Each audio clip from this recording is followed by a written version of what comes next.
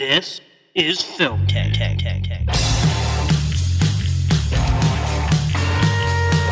This is your last chance. After this, there is no turning back. Oh, I don't know if it's on, but I like it. You know, we're sitting here like a couple of regular fellas. We're going to make film history. Can you say that again? Just the way you said it.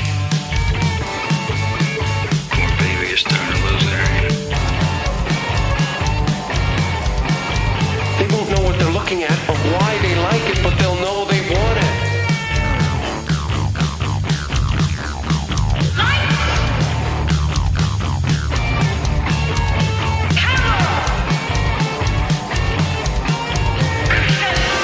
It's not real time, it's showtime. Are you guys ready? Hey there, everyone. Welcome back in to Film Tank. I am Alex Diekman, along with Nick Cheney. Oh, hello. And it's great to have Nick here. Oh, thank you. Although... Why don't you say that every week? Well, first of all, the last, 4 episodes, you've been trying this, ridiculous campaign to try to convince everyone that you're actually Toussaint, which is really getting really elaborate. It's not a campaign, okay? Okay. I didn't want to be the one to say this, but on August 2nd, 2019, Toussaint and I were involved in a body-switching fantasy situation. Okay. He threw a coin in a fountain. I made a wish. And the next thing we knew... You were Jamie Lee Curtis. I was Urban. And he was a depressed young white male who watches too much porn. I think that is still Toussaint, because he is technically half white. Oh, boy. Isn't he? No, I'm not. No. I am not co-signing that, Toussaint, if you're listening. You're not co-signing that. Oh, okay. That's a discussion for another day. That's a discussion for... Never. Me23 or Ancestry.com. I mean, in a way, we're all half white. Alright, I've done my part. I will see you guys later. Oh, shit. So, Nick will be providing insight on this episode at certain points. He clearly has already paid the dividends early on. But most of this episode is going to be myself and Kenny, who is back. Oh, boy. Wow. Wonderful intro for yourself. You know, it's been a while, but... It's been a while. I don't know how many episodes I've been on, but that was a doozy. That was an all-timer. That was a good start. For what I've been involved with. That's why I'm here. I wanted to see how much of nothing I've missed while I was gone, and I see it was nothing. Yep. But that was a doozy. It's the usual. Every week is just a horrendous... we have this grand plan that we're going to have a fantastic start to the episode. We're going to have great... tight, awesome content. So tight. And there's just a tone setter every single week of just shit. Whoops. So Usually, I accidentally set that tone. Accidentally. Just pooped right on the microphone. Ow. Just verbal poopage. Don't. I was going to say, don't dare him. Oh, boy. So, we did an episode like this last year, and the real goal of the episode is to talk about Universal Orlando's Halloween Horror Nights, the 2019 version. And second year in a row, you got me again, you son of a bitch. Yeah, I'm shocked. I know. I think you've got the bug at this point. You're wearing your shirt. You've got your Blinky cup. I do have both of those things, although I will say I have the Blinky cup and the shirt mostly because we're talking about Halloween Horror Nights on the episode. So I feel like... It's all for the podcast. Yeah, I feel like I did wear my Halloween Horror Nights 2018 shirt throughout the year at different times, but I didn't go out of my way to wear it every weekend. So did you wear it to the grocery store and whatnot? I may have at some point, actually, now that you bring it up, but usually it was just kind of around the house kind of thing. It's a good shirt. Like the one you're wearing right now. This one is pretty good. And they had a pretty good selection this year of shirts, but I thought most of them were actually pretty terrible. But the one I got, which Why has... don't you explain the one you got? I was going to say, Yes. it has Stranger Things, Killer Clowns. It also has the Universal Monsters, and it has Ghostbusters, including the Stay Puft Marshmallow Man, which really was a requirement for whatever shirt I was going to purchase. I've got beef. I'm already angry. With my shirt Yeah. purchase? Take it off. Yep. This is Take actually it off. something Nick might be able to weigh in on. All right, what's up? I am angry because every year when I go to Halloween Horror Nights, I purchase the shirt, the official house shirt, which Yep. has all of the properties in the event. Oh, well, the front of that shirt was Oh, yeah. No, laughably bad this it year. was laughably bad, and I still purchased it because I'm a completist. But Piece of shit. I bought it. Gotcha. I was angry when I bought it because it did not include arguably the biggest property of the year, Ghostbusters. And But do you know who happens to not be on my shirt? Anything Rob Zombie yes, related. and that's Really?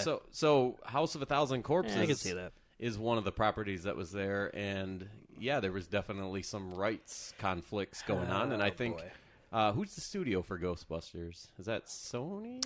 So that sounds right. Apparently, they didn't want anything to do with Rob Zombie. Well, and, okay, if you looked at all the merchandise, the two that were avoided in anything Ghostbusters were House of a Thousand Corpses and Us. yes, Us They was were the other one. They were Yeah. not on anything that was related with Ghostbusters. That's so fucking stupid. I agree. I mean, I'm sorry, but I mean, you've licensed your It's stupid. property at the event, like it's putting a logo on a T-shirt. What's the big fucking deal? and here's the other thing too. I'm sorry, but I know there's someone on this podcast who is not a big, huge fan of Rob Zombie in general. I think. Me? Yeah, or His maybe you movies? are. Are you? In movies or just in general? Oh no, his movies. Oh, I was gonna say I really like. He's kind of 50-50. You did like Halloween. I 2 really did and like Halloween Halloween-ish. 2, and I kind of liked Halloween. Okay. But the only original film of his, House of a Thousand Corpses, was a big steaming pile of doo-doo. Okay. But Which I don't could think, actually I don't, understand. I don't think that's...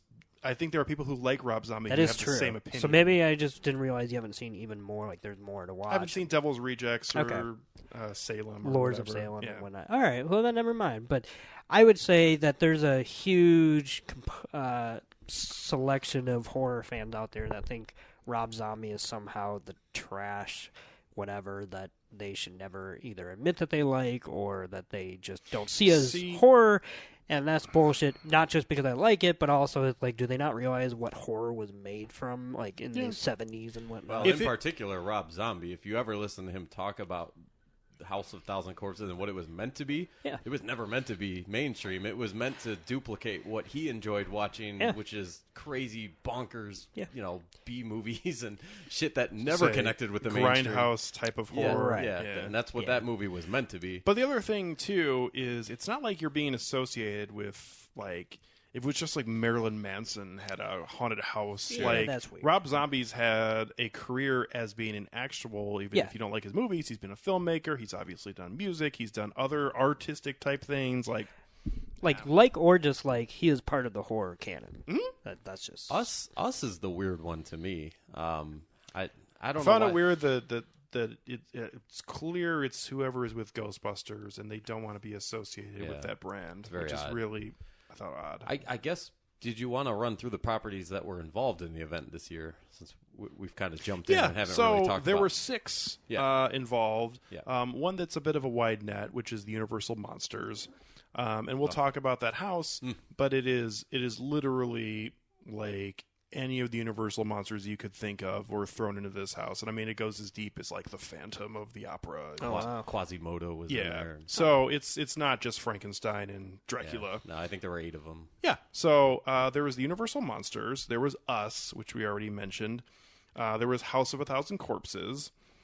And then the other ones were Killer Clowns from Outer Space, Ghostbusters, and Stranger Things Season 2 and 3. Yeah. Really? Yeah, which we'll get into, which I actually, for a long time, thought it was just Season 2, and then on Twitter, I was shown the door by one of Twinny.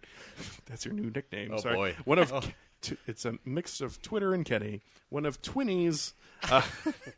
one of Kenny's co-hosts from one of his other podcasts let me know that I was wrong, so that was great. Yeah. Good for you. person I know now. I was gonna say, and we'll talk a little bit more. It was prompt too. It was within like 2 minutes you were Oh, showing yeah. the door. I loved it. And then It I was got immediate. and then I got to meet him at Halloween Horror Nights. So that was fantastic.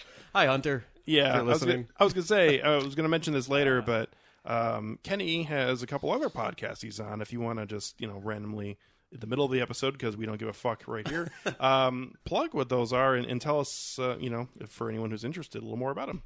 Oh, okay. Well, the Grim Grinning Host podcast is the one where the angry Twitter person came from. Yeah, he wasn't angry. It was fine. Grim Grinning Host. We're a theme park podcast. We discuss mostly Disney and Universal, but we do cover all theme park stuff, and we discuss heavily Halloween Horror Nights. Mm-hmm. That's like our favorite thing ever. We go very, very in depth with that. And then the In the Loop podcast, another theme park I'm very diverse, if you haven't noticed. That's much less theme park, or much less Halloween Horror Nights, and much heavier on the roller coasters. But both of them are theme park based. And both of them, I would say, have hosts who are centered in or live in Central Florida. Yeah. So they're Orlando based. Oh yeah. So they go to Halloween Horror Nights Yeah. much more frequently than anyone who lives in Illinois, Right. for the most part. So cool. Yeah, I got thoughts on Stranger Things, but Okay. we'll get to that. Well, we'll get to that a little bit later in the episode. Yeah. And also, too, there were some original houses that they have every year, which was a staple of the event when it started 29 years ago and still is. And even though it doesn't really have anything to do with movies, we'll hit on those a little bit here coming up shortly. So for the event, just in general, Kenny, I know you were super pumped about the Universal Monsters. And I don't think haven't done any like old timey monster episodes on this podcast. So this will be fun to talk about a little bit. I know you were super excited for Universal Monsters, and the house at least met your expectations, which were already sky high. I don't know if it exceeded them, but I remember when we went through it the first time and then throughout the event, you were just super high on this house and you really liked it. So what about it did you really like, and what about the Universal Monsters do you really like? Well, when it comes to the classic Universal Monsters, I mean, they are the origins of horror, of the characters that they're the original icons. Yeah, they're the original icons, and without them, it's a different ball game today. Mm-hmm. So they demand respect, and I don't know, as you just mentioned, you guys have not delved into that at all on the podcast. We don't really do older movies, even though it's in our intro. We fail at that. Those are very much older. Although, if you guys ever did want to, I would be more than happy to join. I will say, before we went, I did watch Frankenstein for the first Yeah. time, and I actually thought it was pretty fucking good. Yeah. I mean, that's a film from the 30s? Yeah. 1930. That was the heyday of those monster pictures. And 31 legitimately, the Frankenstein monster drowns a child in that movie, and I was like, "Holy shit!" Yeah. Like for that time period, that was pretty intense. Yeah. I mean, those movies are entirely different by today's standards. From if you watch one of those compared to the pacing and just what happens with those movies, it's a whole different world. It's no Tom Cruise Mummy. No, it is not. I mean, even R.I.P. Dark Universe. maybe. R.I.P. I think Universal's trying valiantly to. It's gonna need to have a reboot. Yeah, I was gonna it's say. gonna need a major reboot. But even Phantom of the Opera, I think was that 1925. Well, it depends which version. Silent for the original one. Yeah, I think that was about it. I watched that on the way down on the plane, and it's like that's the only silent film I've ever even bothered to try. Like it's just it's just when I watch the classic monsters, it really pushes me to watch stuff that I'm not normally at all into. Like the pacing is so much slower. That it's just wildly different than anything you could watch modernly. But like I said, those iconic characters, all of them, what was to not be excited about going in? And yeah, like that was easily my number one house that I was excited for. And as you mentioned, my expectations were so sky high. I don't think it could have ever exceeded it, but it certainly met, and I was more than happy with the house that they delivered. As you mentioned, they delivered pretty much all, the major ones. Frankenstein was there, Bride of Frankenstein, Dracula, the Mummy was in there. Invisible Man, or could you not see him?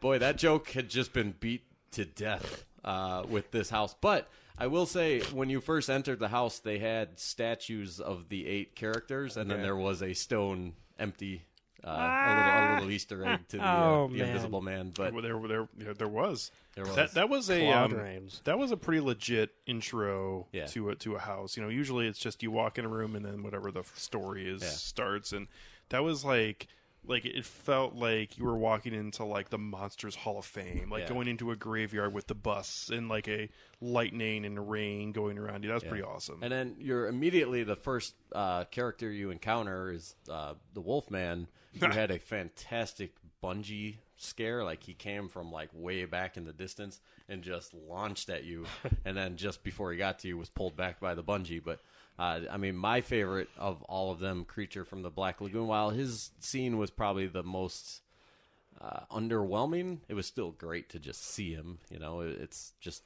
I don't know, everything I could have possibly wanted from this house, it basically delivered. So yeah, I was pretty middle of the road on this house because I didn't think it was the greatest haunted house ever, and I also really appreciated seeing these characters pop up throughout the house. Something we talked about on the episode last year, but it is hard at Universal Orlando's Halloween event, is that like it's not like a regular haunted house. Like you don't go through and you get every single scare in the house. Like if you go through 3 or 4 times, you might not even see everything. Like it's just triggered randomly as people are going through in a continuous line. So you get an entirely different experience, literally every time you walk through the house. Which is definitely it's a plus. I was gonna say, well, I don't know about a plus, but it definitely has its perks. Right. But at the same time, all of the best scares you might totally not even know they happened if you only go through the house one time. Right. So. My first time going through this house, I didn't think anything happened in it because none of the scares happened, and it was like a complete anomaly where I just walked through and no the characters came out when I was there, and I was like, okay. So did you guys go through these houses multiple times? We went through that one the most in the 2 days we were there. I think we went through 7 or 8 times. Okay. Kenny may have. I went through that house. I think thought it would 4 have been times. even like impossible to go a second time or something. No, as far as line. The nice thing about when we went is that I guess it's September, so it's not quite. It's a little bit less crowded. We both had Express when we were there, so we could go through one time and skip the line basically. And also early in the night and late in the night, the lines are significantly less. Yeah. So we were there for the early part of the event, so we got to go through 4 or 5 houses, just wait in the regular line, then do the Express, and then hit a few at the end. So you had chances to do multiples. I think the big takeaway from this house was it while it had some decent scares to it, it wasn't meant to scare the bejesus out of you. I don't think any of the houses there are. No. None of them really, honestly, scare the hell out of you. I mean, you can go to any local haunt and get scared much, much better. But this house in particular, though, I believe was more or less just a good, respectful, paying homage to these characters, which obviously I'm all for it, and they did a great job with it. I would say the one scene that I thought was really exemplary was the Phantom scene, actually. Yep. And that was kind of like I don't want to say under the radar, but it's not Dracula, it's not Frankenstein, it's people kind of forget he's one of the 8. Yeah, well, and the fact that this is an overdone element in films right now that we just talked about, I think, on the last episode, but the use of mirrors in movies is getting like to the point of exhaustion. Yeah. But in a haunted house, especially with a Phantom where he like turns and walks in a different direction, so you see yourself and then you see him in different spaces. It was a really cool element in the haunted house, and that was awesome. Can I ask a really dumb question for someone who's never been? That's the only kind we like here. So. Thank you. Just on like on average, how long does walking through a house last at Universal? Probably like probably 5 or 6 minutes. I was gonna Okay, say. so it's not like 2 minutes where you're just like racing through it. No. But okay, I just wanted They're decent size. Yeah. Some of the bigger ones will give like 14, 15, 16 scenes that you walk through. Some of the shorter ones, maybe half of that. Yeah, they're decent length. For the most part, they're all pretty similar in terms of length. It's That's like what I five, figured. Yeah, I was trying to 6 minutes. contextualize as far as like how long you're in a house and whatnot. Okay, It is also worth noting with the classic monsters that this was not the classic monsters per se. It was very strictly labeled as the Universal monsters, and this was the newer Universal take on the monsters. I'm showing Nick a picture right now. Oh, okay. So it's not the exact like. So they weren't trying to do like actual Bela Lugosi cosplay. Yeah, no, they're not like the iconic I mean, exact right, replicas. This is the current Universal take on what the monsters are, and Which I think that's what I'm saying. Like, while it will take a reboot, they are significantly pushing the monsters to try to continue going with this process. I mean, Maybe not Tom Cruise next time. no, and without going into it at all on this episode, like they are building a new park in a few years down the road, and they are planning on putting the monsters in their own land of the park. So Universal is still heavily investing in the monsters, and therefore, this house made sense this year. Yeah, the last thing I'll say about the Monsters house, other than the fact that I thought it was good but it wasn't my favorite, was just it had all of the iconic scenes that I felt like you'd want to see. Like it had Bride of Frankenstein screaming at the people walking by. It had It was the MVP of the house, in my opinion. I only caught like a little bit of it one of the times we went through, but at the same time I did see it a bit. It had Frankenstein's lab. I was gonna say it had Frankenstein's lab. It had somebody like taped up to the board or whatever. It did have Frankenstein coming out with his arms out through the one just random scene where you see him. It did have Dracula with a body down there. So I mean, it hit all the boxes and it did it in a nice way and it flowed really well through the whole house. So I thought it was a good time and definitely fun to see those movies in real life done well.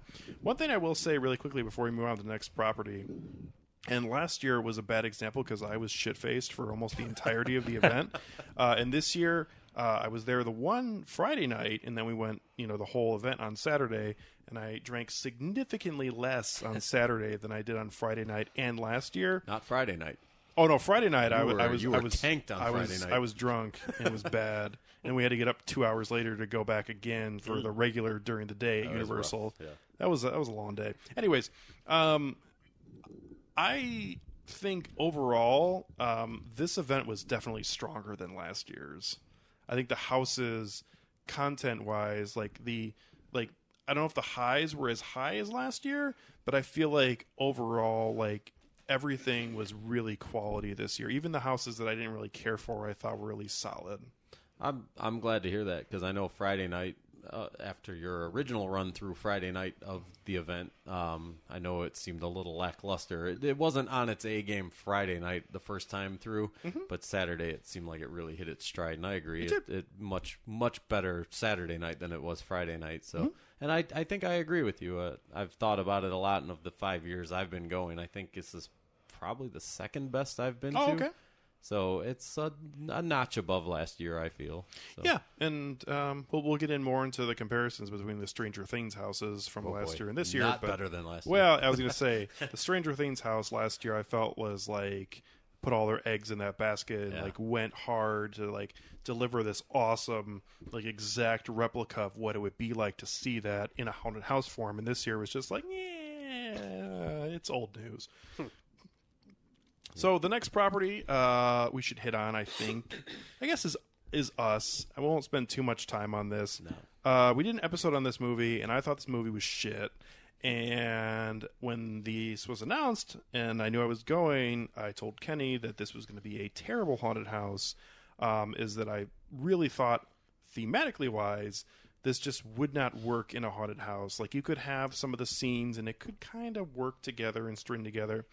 But the real awesome part, if you wanting to make this into a haunted house, would be having a dual level going from wherever the beginning is and then getting brought down to the tethered group down below. And it would be awesome to try to put that together. And I feel like if you had a haunted house where you could have dual levels and you could actually put a lot of resources into it, it could be done really well. And knowing how Universal's haunted houses are set up, I knew that was not going to be the case, and I thought it was not going to be very good, and I was right. Right. No, multi-level houses for them is a big no-no. It's just an ADA requirement that everything be on one level, and they have done things in the past to give you the what's the word I'm looking for? Where they trick you. Oh, the illusion? The illusion, that's the one. They give you the illusion of going downhill or uphill into different areas. I thought they could have executed that here. They didn't. I know I was a little more positive when this was announced than you. I was also a bigger fan of the movie than you. And I think it still remains that if you are going to the event and you are genuinely a fan of the movie, you'll probably be a little higher on this house. Yeah, absolutely. That said, it's still just not executed well. It's not even that it's not executed well. It's just there wasn't much to really go off of. I feel like there was like no other than the last scene, which was a recreation of that horrendous final scene of this movie, where everyone's holding hands across the sky. Really? Yeah. That's a shame. There were no really good moments with the tethered people, and I feel like that was like something they had to do in this house where it even had a chance, and it wasn't even a thought, and that was disappointing. So a house like this, does it like you keep saying the word scene, so is that what this would have been like? Were you going through different parts of the movie? Yeah, so and that's the other thing. It's not like you walk into like a recreation of their summer house. You do at one point. Yeah. Okay, but you move on from that. It's not quickly. Like It's basically a greatest hits of things you would like to see from the movie. And that was another knock I had against this house. And again, I was going in looking to tee myself up for things I didn't like. But at the same time, this is pretty legit, I think. The pacing throughout this house was really terrible if you want to compare it to the film. You start off with this cool little intro thing where it's playing the music and it has like great. lights. Yeah. And then you go into the carnival house. Like it was a good intro into it. They had the owl and everything. Like I was starting off, I was You're like, had promise out of the gate. I was gonna say. And then you go in the woman from the tethered, the leader who's Pote, and it's fine. Her character can't ever remember her name. Lupita Yeah. Nyong'o's character? Yeah. I forget her name. Yeah, she's, Red. That's about right, actually. Yeah. She's in the opening scene, and the actress is walking through with that walk, and you hear the music still, so that was okay. Mm-hmm. And then you go straight into the beach house, where, like, Elizabeth Moss's character is dead already. And it just made no sense to me. And they don't even play Fuck the Police. They play like the record scratch, like it's about to start, and then they don't. It's just a total fucking tease. That's and the other thing too. That's bullshit. Is that they have all kinds of music throughout the event from people like Metallica. Yeah. Okay, so it's not like a hard and fast rule. I was gonna say it's not like they couldn't get the rights, and they can play the languages, no problem. They probably were trying to be quote unquote apolitical. I'm okay with them not playing that, but to not play the Beach Boys song that was in there made no sense at all. Yeah. As someone who doesn't do haunted houses, that's me, so take this for whatever it's worth, which is really nothing. But I hear something like that about the Us house, whatever, and I always just think, like, at least for some movies, in that movie in particular, like, that wouldn't it benefit them to maybe be laser focused on recreating a scene rather than a series of scenes? Because if you walked into something that looked like their summer house and you actually spent 5 minutes kind of going from room to room to watch a chase between I don't know, I'm just saying, like, do they ever do anything that's laser focused like that? They do. Okay. They did a few years ago with The Exorcist. They had and obviously that movie's basically one, but you're basically one just bedroom, watching the actual, but it was hyper focused on delivering different angles and different ways you would see the room. But with this, the situation here is Jordan Peele was heavily involved with the creation of the house, and so he had a lot of creative say in how he wanted it done and what scenes he wanted to be in the house, and so it's not entirely in the creative team's hands in every situation. In this situation, that was basically make Jordan happy. That's interesting because I had no idea that that's even a precedent that any person who would be involved with the existing property would have any say. When we get to Stranger Things, Netflix has heavy involvement, and so do the Duffer Brothers. So that casts a whole new light though on what you guys are saying. So that's cool. Anyways, the Us house again. There were a couple of moments that were kind of interesting. Everything with like the scene with the rabbits was kind of cool to see, I guess. Yeah. But at the same time, I just kind of expected. But then when you got down to the underground area, like you walk through like the bunk bedroom areas, like where the tethered people would be doing all the fucked up shit, and they're not there. None of them are there. There's not. It just the house felt undercasted, and I know as the event goes on things change, so maybe later on when they get this criticism, maybe at the end of the event it'll be a little bit more staffed. I don't know. That's one of the things that the event, not only do the houses each time you go through evolve and change, but the event as a whole, as it goes from start to finish, by the end of the event some of the houses are entirely different than what they were when it started. So which is good because in a way Universal, not necessarily that they just take feedback, but at the same time, like they go through and like you read other people's opinions other than just your own. And, well, the creative team literally will stand at the exit of houses and read reactions on people's faces, or sometimes even just pull them aside and talk to them and ask them what they think. But you know what? That's it's perfect. It's pretty refreshing, right? Because that's not necessarily the viewpoint of every single place, right? So I don't think much more needs to be said about us. I didn't care for it. I didn't think it was a good house. I didn't think it represented the story very well, and I didn't think it was going to be able to do anything if it did represent it well. You were right. Yeah, you were right. I was wrong. No, it's not right or wrong. I just thought it was going to be shit, so I'm glad it was. Moving on to House of a Thousand Corpses, the Rob Zombie house, which I will say I thought this house had potential. Oof. But this was one of the big surprises of how good it actually was of the event. Because this house was actually fucking fantastic. This was top tier, like some of the best I've ever seen. I agree. I mean, I'm not a classic vet of Halloween Horror Nights like Kenny is, but at the same time, from the facade to the way that we go through the scenes to some of the voice cues that happen throughout the house. Yeah. And the way the actors are set up throughout this, I mean, this was just a huge winner, I thought, both for being a good haunted house and also to delivering on like the feeling of what the actual movie is. That is not a good movie, but this is hitting all of the best parts of it and hitting them in a really solid order to really get you to feel the story as you're going throughout the house. In fairness, though, when we watched the movie, what was our conversation afterwards? While the movie's not particularly great, again, I'm a bigger fan of it than you, we wholeheartedly agreed that it probably would make a stellar haunted house. Yeah, sure. Boy, did it deliver. Because, I mean, the movie, which is just, first of all, the first, 45 minutes is the first scene's really good. The second, 30 minutes is just so mundane. And then when you get to the actual event that's happening throughout it, it's okay. Yeah. But at the same time, it just is it's Rob Zombie's first film. I would say it's definitely rougher than his more recent works, even if I don't really necessarily care for all of them. It's definitely a first draft of his more recent works. But at the same time, haunted house wise, I mean, this is really solid stuff, especially for Universal.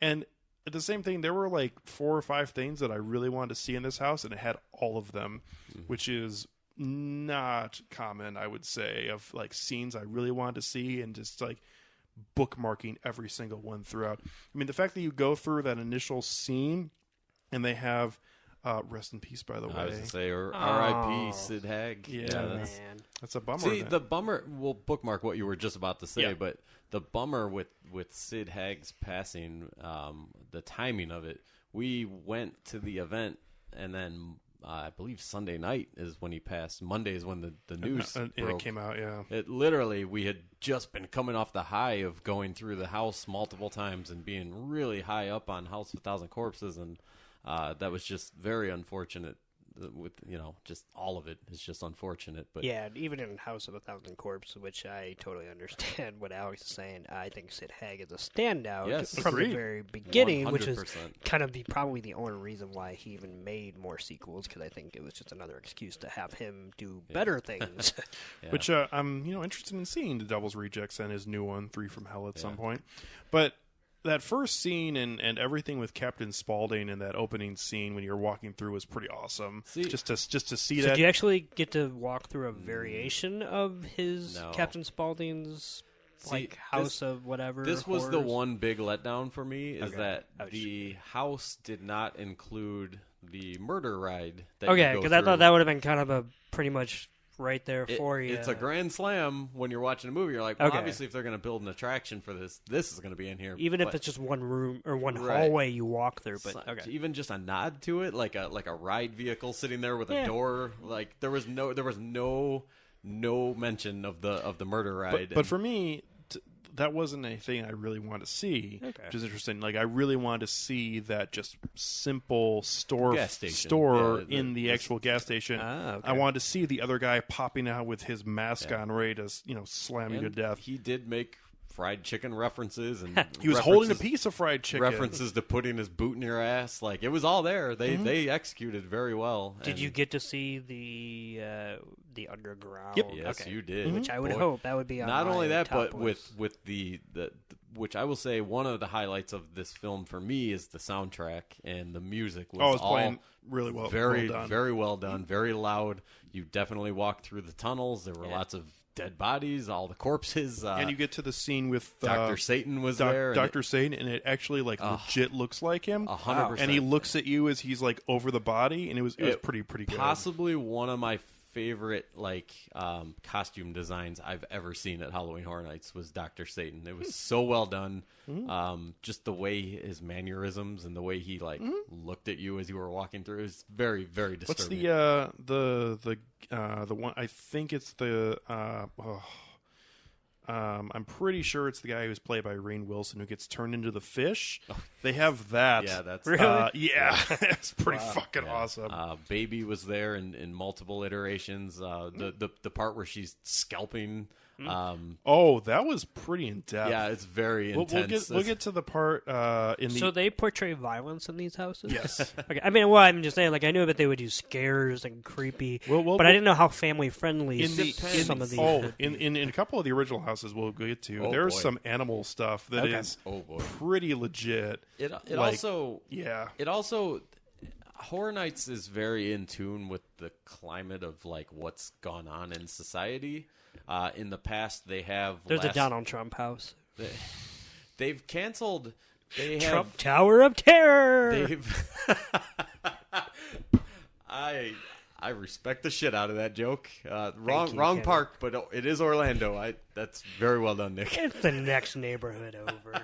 Everyone has to put on a suit that's just a little too big for them. They go into it. And they get choked by their little tie.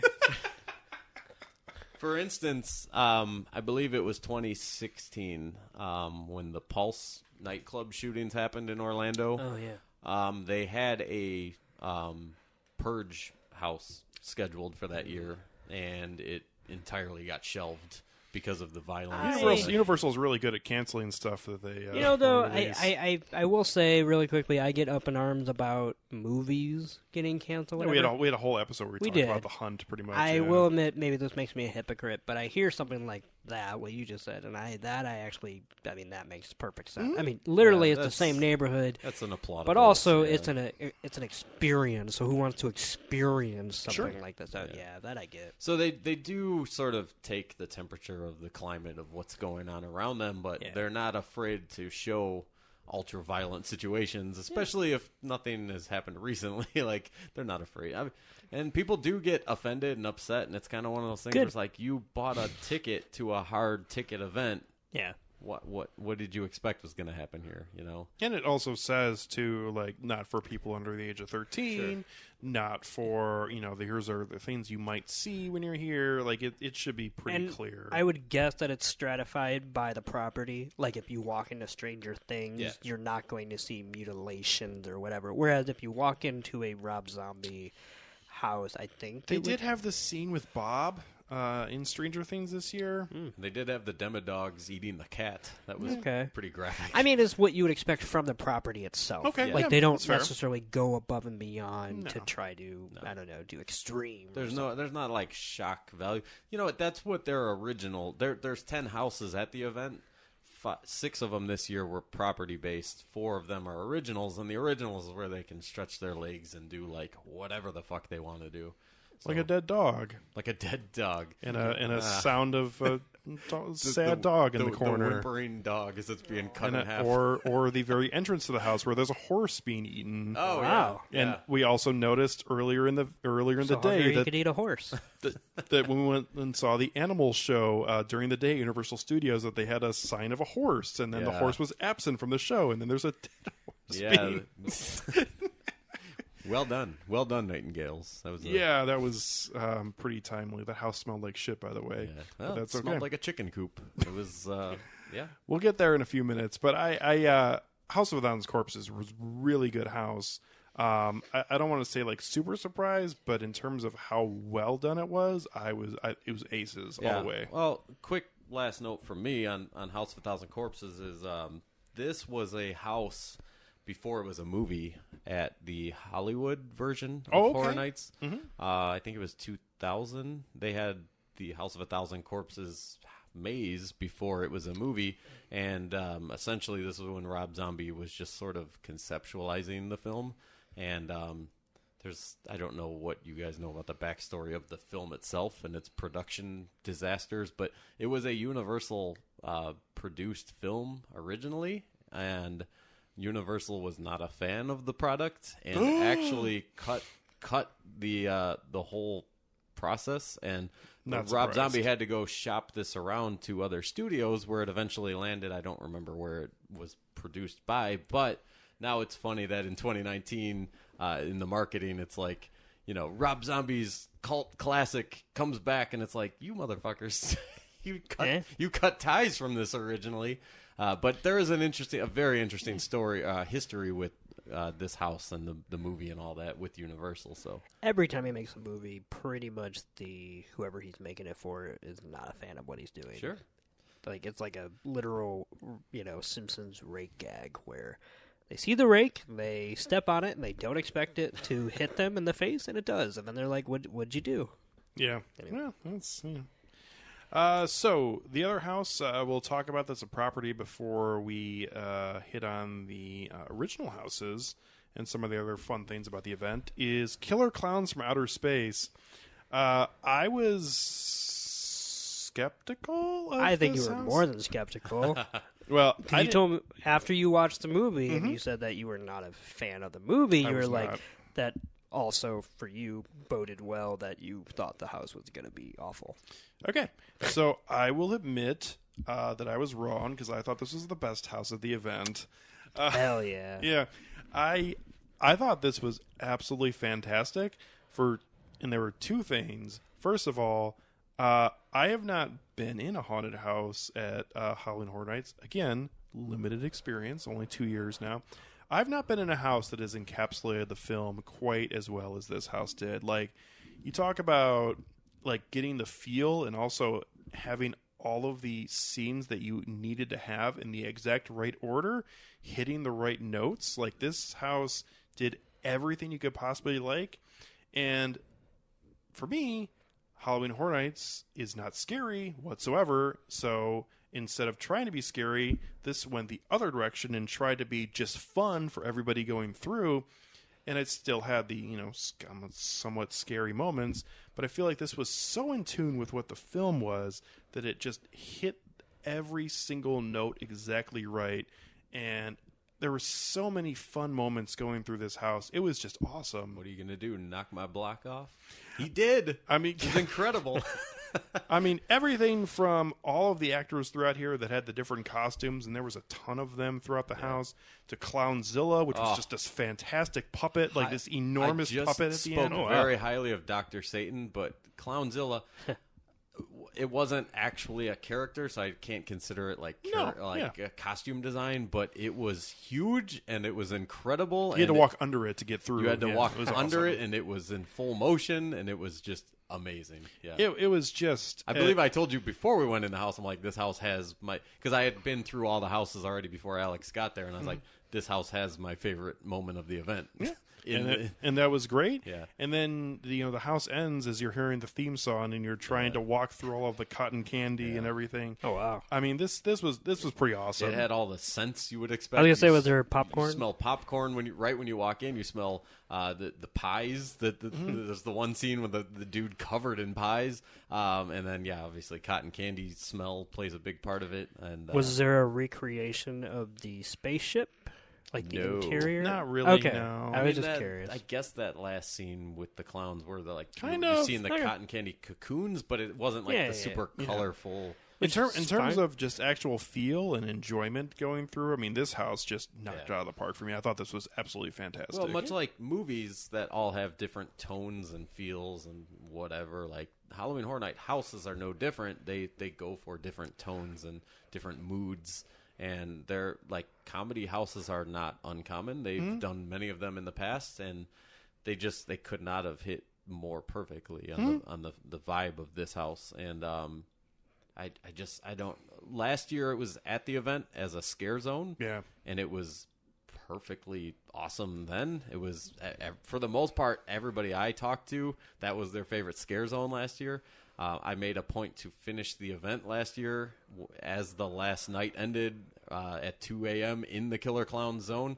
And we finished our event this year in the Killer Clown's house. And I had my Killer Clown shirt on. Like, this is it's sort of like the unsung, like, my fucking favorite of the event. Like, I without even realizing how into it I was, like, I made decisions to finish the event both years with the Killer Clowns. It was so goddamn good. It was also cool, too, because the first house I went through when we were here this year was Killer Clowns. Yeah. And it was just kind of because it was there, and I was waiting for my express the time for it to start.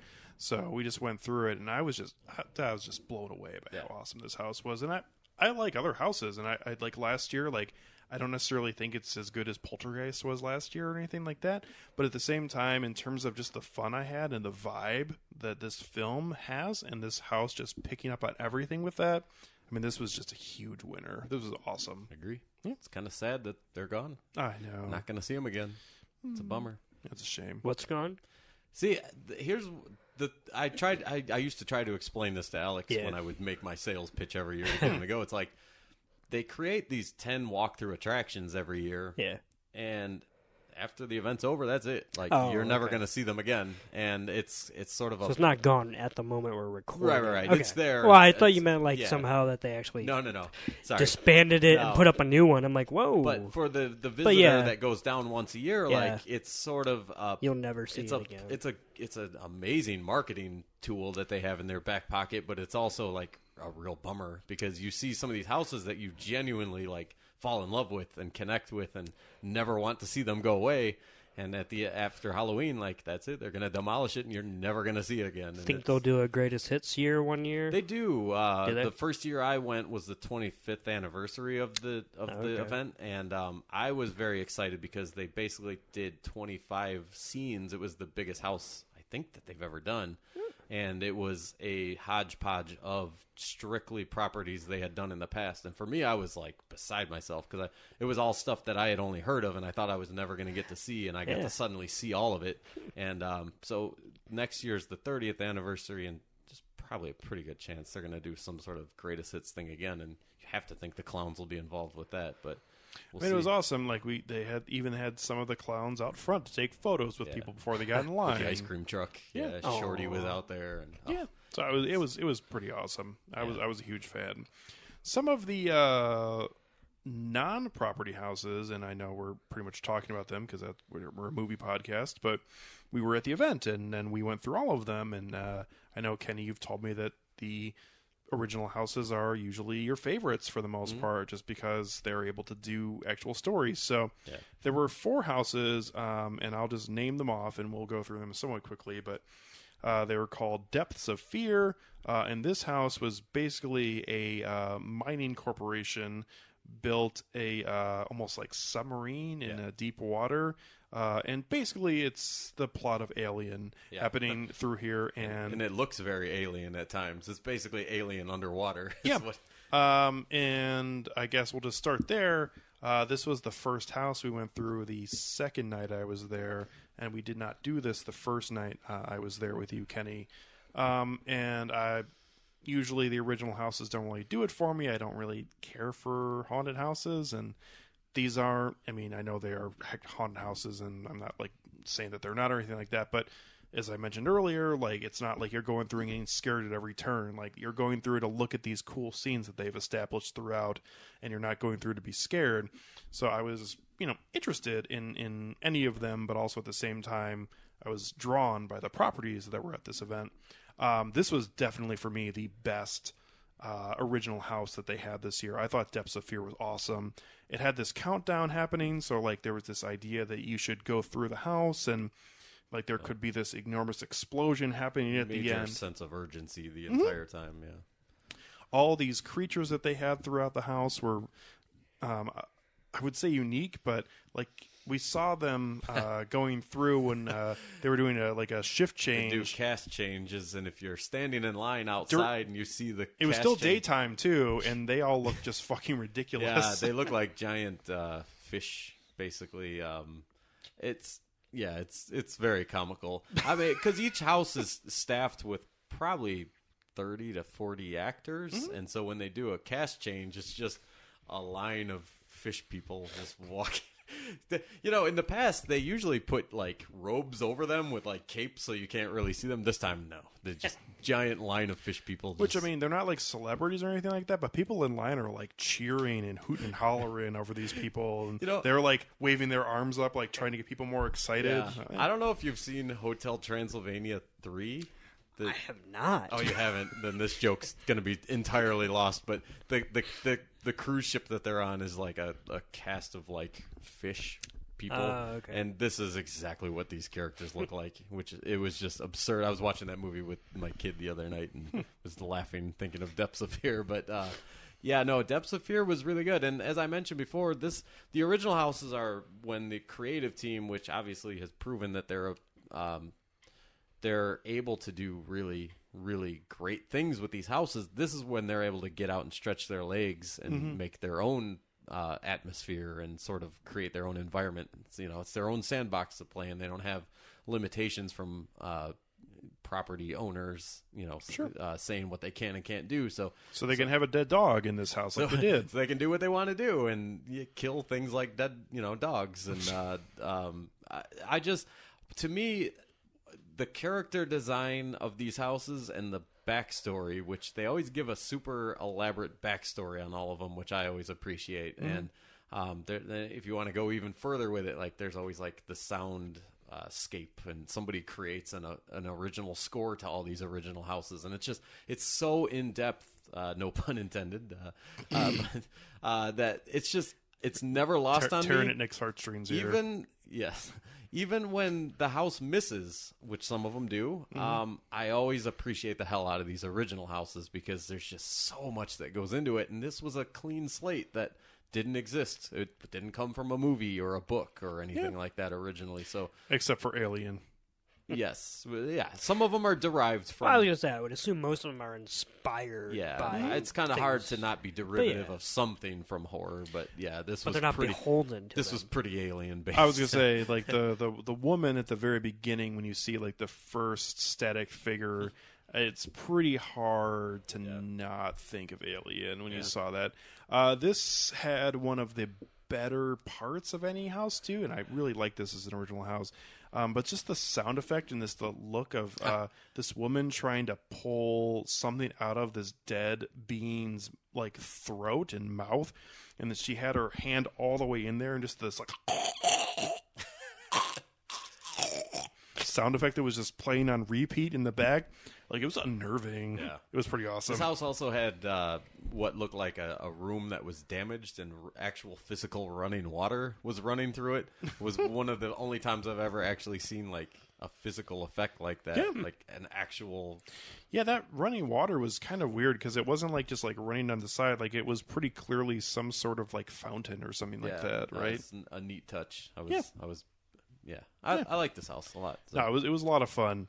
Another original house was called Graveyard Games, and this talking my language. We kind I've heard about this one. I was gonna say, I told Nick this was really the only house that me and Kenny super differed on. Yeah, because I thought this house was super not great, and Kenny thought this house was great. Yeah. So we could talk about this first for a minute or so, but basically, it's just a cemetery that disrespectful teens, as Universal puts it, have gone through and are just kind of having games, I guess they're calling it, but they're just having a good time throughout that. And basically, they've awakened the dead and fucked up shit's happening, and that's the crux of the house. Yeah. I thought this house was super boring. There wasn't really much here. There were a couple awesome elements throughout it, but overall, when we walked through this, I was just the whole time I could be out of my body and see my face being not impressed. I don't know. That's fair. I mean, to me, I always look forward to. There's always something in the event that embodies just sort of the spirit of Halloween, and this was very much that. Like, you're in a cemetery. It's spooky and creepy, and it's very just dark and ominous. And I mentioned it before. There are comedy houses. There are some that are gore houses where it's just blood everywhere and just brutality wherever you look. But then some of them are they just nail the atmosphere and the look of Halloween, and that was this year. I will say this house probably would have benefited. Every year when I go down, I normally take it's called an Unmasking the Horror tour, where it's a behind the scenes during the daytime before the house is open. You go in with a tour guide, and they point out Easter eggs, and you spend a good 20 minutes to a half hour in each house. And when you really, really, really appreciate the set design and all the details that go into these, like myself, and that's not for everybody. Not everybody is into that kind of stuff. But when you do, this house would have been the top beneficiary from that, because it was just gorgeous, the amount of detail. If you really looked around and were able to spend time, which you can't always do during the event when you're sort of rushing through the house with everybody, this was just that house for me this year, where it was everything, everywhere you looked had so much detail and so many, I'm assuming, Easter eggs that we just didn't see, and I don't normally catch until I take the tour, and then it's really fun to go through the houses after I take the tour and spot all the things that they explained in the tour. This would have been, in an ordinary year, my favorite house, but the monsters happened this year. And this is the first year of my 5 times going that an original house was not my favorite. Monsters was, but this definitely would have been my favorite under most circumstances. But I mean, that's fair to say. It wasn't. I had some moments. Obviously, each time we went through, it's different. Some were scarier than others. The first time I went through it, the first night I was there, I think I was just caught off guard. I didn't go in with as much excitement about this as I ended up coming out with. I thought it was going to be good, and I was looking forward to it, but I was blindsided by the first time I went through. It was legitimately one of the most unnerving, scary houses I've seen at the event, and we talked about it before. This event doesn't do that to you normally. Sure. But there was just some genuinely, like, creepy, unnerving moments in this house. You do go through one room that's entirely blacked out, and it's just kids, like, whispering in your ear, like, just creepy things. And which I think part of the reason why I thought this house was just boring is that I feel like I've seen that at other haunted houses, and although it's not Universal, I was just like, okay. It loses some points on originality, I would say, but all the detail is what got me. It was a gorgeous house. I am glad you enjoyed it. I had a different opinion, but that's that's opposite ends of the spectrum. Where did it fall for you? It was number 9. Yeah, number 9. It was number 2 for me. I was going to say exact opposites. The biggest chasm of all the houses. I was telling Nick earlier, like we had a lot of the same opinions on a lot of the houses, but this was the one that was not. So and that's okay. I mean, different strokes for different folks, or whatever you want to say. The one that almost destroyed a friendship. I was going to say I'm never going back again because of the way he feels about this. And that's fine. I don't want you there. Oh well, enjoy my original houses without you. Have fun. Aww. The other two original houses included a house called Nightingale's Blood Pit. Chicken coop. Yeah, we already mentioned it. It had the fake dead horse out front. This house was really cool because it had a guy drop kicking another person in it. Although it was obviously a dummy, but the sound effect of it was pretty awesome. Or was it Chad the intern? The sound effect of it was pretty cool, and just a quick backstory on the Nightingales. Mm-hmm. This is a story they've brought back from the past. Like they had a Nightingale's house a few years ago, but it was set the Nightingale characters, which I forget exactly what they do, but they basically just eat you alive. They feed on whatever to survive. They're in ancient Rome here, right? Yes. They originally, a few years back, they were set during World War I. The Nightingale house was a World War I house, which, by all accounts, that was the best house that year, is what I've heard. And a lot of people were really excited about this, but instead of setting it during the same time period, they brought it back for ancient Roman times. And so you had a lot of, like, Roman gladiators fighting, and the Nightingales were like feeding on them. It was very bizarre. It was just a little bit of a miss. Like it was a good house, but it just didn't. In terms of the storyline, I thought that the Romans were supposed to be fighting the Nightingales, but they were. Well, yeah, like the Nightingales were trying to feed on them. Oh, I see. And they were trying to fight them off. But like that, when they do houses like this, where you walk through and experience one side fighting against another side, it sort of puts you as the person walking through in a weird position because you don't feel attacked by anything. You're just sort of watching. It's like when they did Alien vs. Predator a few years ago. You were just sort of watching the aliens fighting the predators, and it was like, this is cool, but like there's no urgency, like depths of fear, or you felt a sense of danger of some sort, you know. Cool. Yeah, and then also we mentioned the horse out front, which was interesting, especially at the very start of the house. Yeah. The last of the original houses, which most people think is the best original house, and it was my second favorite, was Yeti Terror of the Yukon, which was in a remote place of Canada, where a Yeti is going after trapped loggers during a snowstorm. Incredible. It was a well put together house. I didn't like love it necessarily, but I also thought it was a really fun. Had some really cool moments where like the Yeti's getting shot, and also just really awesome character design throughout here.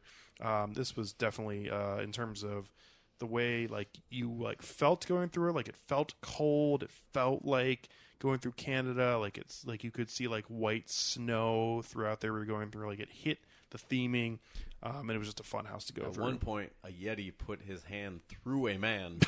Like he had the man by the shoulder or something, or the neck, and was putting his hand through the man. It was incredible. Yeah.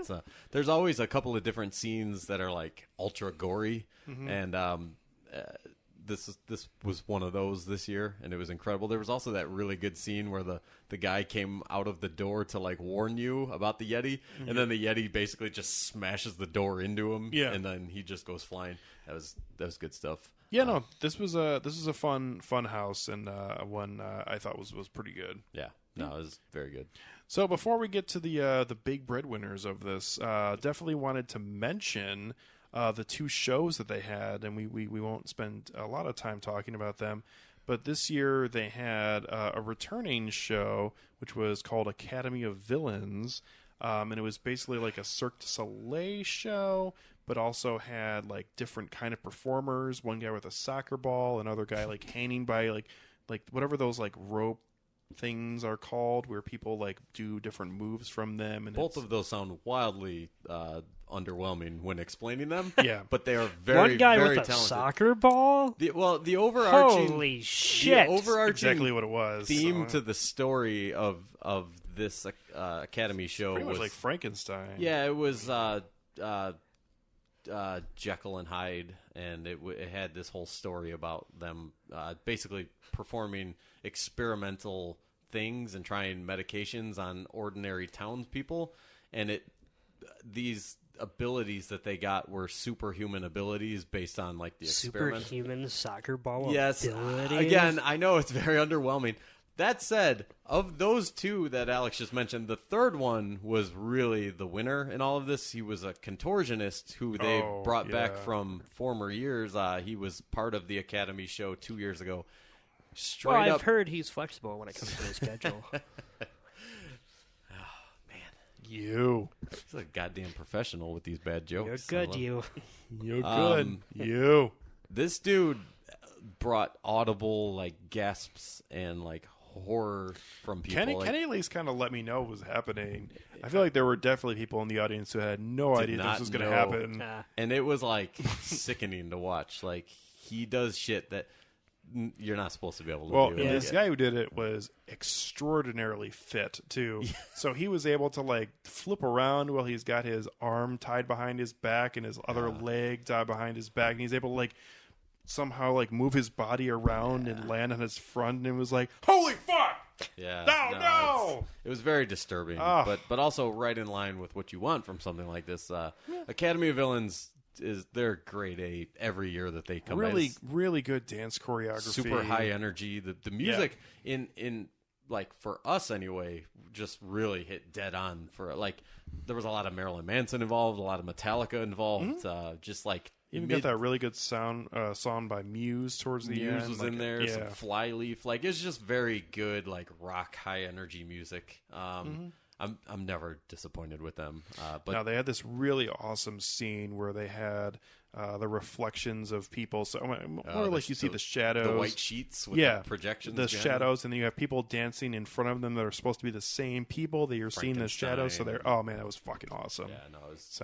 When you say really quick, these shows are these akin to something like what Six Flags used to do? Yeah, where you kind of like go to a certain area where you kind of sit down and watch something. Theater with like bench seating. Yeah. So it's not like a thing that just happens in the middle of the park. No, it's a big amphitheater. Yeah. Academy, the first 2 years they were there, did have a stage just out in the streets, and but it's kind of like when you used to go to Six Flags and go see the Batman show. Yes. Where, this is go out of your way to go sit down and watch what they were doing. It's a 20-minute show in a big amphitheater. Yeah, cool. But the other one, though... I was going to say, the other show was their fountain show that also had projections on buildings behind where the fountains that you were seeing. This was the first year that they've had this, I believe, right?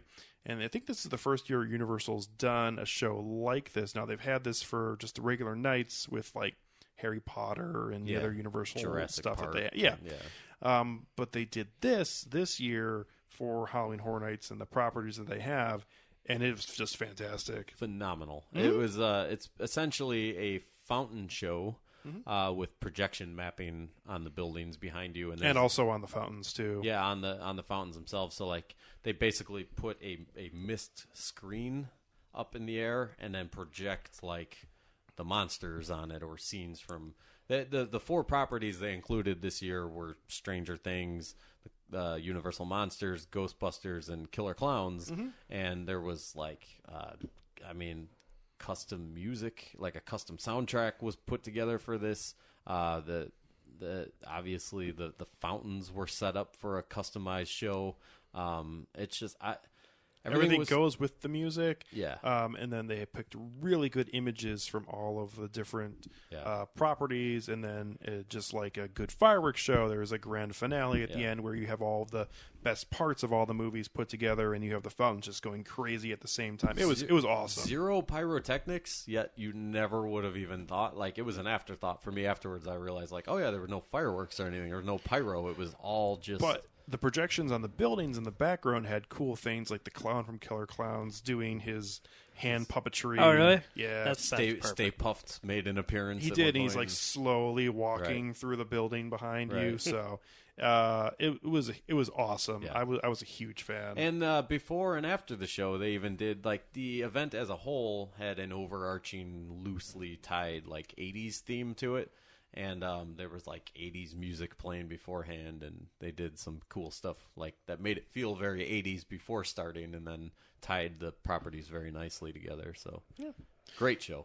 Highlight, honestly, in all honesty, the 2 shows this year were the highlight of the event. I'd pretty much agree with that. They were that fucking good. Like, there was no one house that I thought was better than either of these shows. They were that good. I would agree. I thought the shows were really good. Academy of Villains was a lot of fun, and then just the way they were able to tie everything together during the Fountain Show was just fantastic. And there's just high quality work being done there during the Fountain Show. And it's great because, as I've mentioned to you before, Kenny, they used to have this like really ridiculous water show at the nighttime there, where they would have like the Miami Vice theme playing, and they'd have jet skis flying across the water and like going off ramps and like stuff that totally must have cost a shitload of money and could have all kinds of insurance liability. And they've really not done much with that lagoon area there just during general operation. And now that they have this Fountain Show there, that's just a really awesome part of that Very park. good utilization of that lagoon now. Absolutely. And they did not ditch Miami Vice entirely. They do have the Miami Weiss beer, which was my favorite beer of the event this year. Oh, wow. What a beer. That's, last year we were destroyed by the Hopsecutioner. Too much drinking. I think you were destroyed by poor choices. Well, yes. Miami Weiss almost did that to me this year. It's very Nick good. is the kind of person that says it's not a person who kills them, it's the bullet. That's great. That's right. It's fantastic. So the 2 big houses we have left were the 2 big selling points this year for the general public, which are Ghostbusters and Stranger Things. Stranger Things in its 2nd straight year at Halloween Horror Nights, as that was the big pull to get me and Emily to go last year with you and your wife, Kenny. You and a lot of people. Yeah, hell, I think it still was this year too. Yeah. And then Ghostbusters, which obviously is a pretty iconic property, and something that Universal really hung their hat on this year having. So, Stranger Things, I obviously was not like quite as excited going in this year, only because I'd already seen what Halloween Horror Nights was. It was the first house we did last year when we were there, so I was super pumped for seeing what Halloween Horror Nights was when we went into the Stranger Things house, where I kind of had an idea of what I was going to be seeing. So went in with a little bit of a different gauge of what I wanted to see in this house this year, being a seasoned vet now. Not really. But at the same time, I feel like I had different expectations for what I thought this was going to be. And that's probably a good thing, because this house definitely was not as good as last year's Stranger Things house. And we'll get into a little more detail about that, I guess. But just overall, this just did not encapsulate the scenes of the 2nd and 3rd season as well. Like, you didn't have like an elaborate set of how the kids went through the different parts of the season and seeing multiple actors of the different kids at different stages throughout the house. I felt like there was definitely not enough actors in this house. Like, that was the first major thing I noticed about it. And at the second time too, like, this was trying to get 18 episodes worth of content into a 6-minute haunted house, and it really had a hard time accomplishing that. Yeah. Well, this goes back to what we talked about, and Nick mentioned it with the Us house, where sometimes it would behoove the experience to maybe focus in a little bit more on one thing as opposed to multiple scenes. Us suffered from that a little bit, but when you take 2 seasons worth of material and try to shoehorn from them a television show, I mean, you're talking about 18 hours worth of content. I mean, last year Stranger Things house was great. It hit so many iconic things, but it was only focusing on one season. There was a lot to draw from with this from 2 seasons, and it's just too tall of an order. And what was there felt like it wasn't done as well as it just felt like they were trying to do too much. Is really what it came down to. It felt less polished than last year, much less iconic. There was stuff you wanted to see, but like it just felt like they were trying to do too much. Whereas if they had just done a season 2, it probably would have been a little better. Yeah.